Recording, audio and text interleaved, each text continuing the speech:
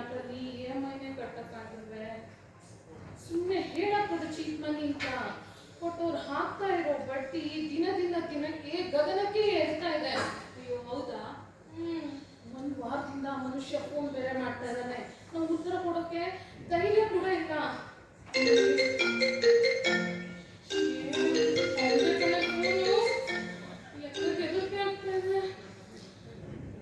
Hello, ಅಂತೂ phone receive ಮಾಡಿದ್ರಲ್ಲ.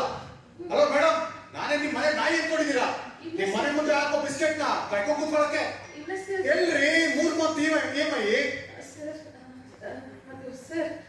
ಏನ್ ಸರ್ ಎಷ್ಟು ಸರಿ ನಿಮ್ಗೆ ಕಾಲ್ ಮಾಡೋದು? ಇವತ್ತೇನಾದ್ರೂ ನೀವು EMI ಪೇಮೆಂಟ್ ಮಾಡಲಿಲ್ಲ ಅಂದ್ರೆ ನಾನು ಏನ್ ಮಾಡ್ತೀನೋ ನಂಗೆ ಗೊತ್ತಿಲ್ಲ. ಸರ್ ಒಂದು ಸ್ವಲ್ಪ ಟೈಮ್ ಕೊಡಿ ಸರ್. ಮುಂದಿನ ತಿಂಗಳು ಗ್ಯಾರಂಟಿ ಪೇಮೆಂಟ್ ಮಾಡಿಬಿಡ್ತೀನಿ ಸರ್. ನನ್ನ ಹತ್ರ ಟೈಮ್ ಇಲ್ಲ.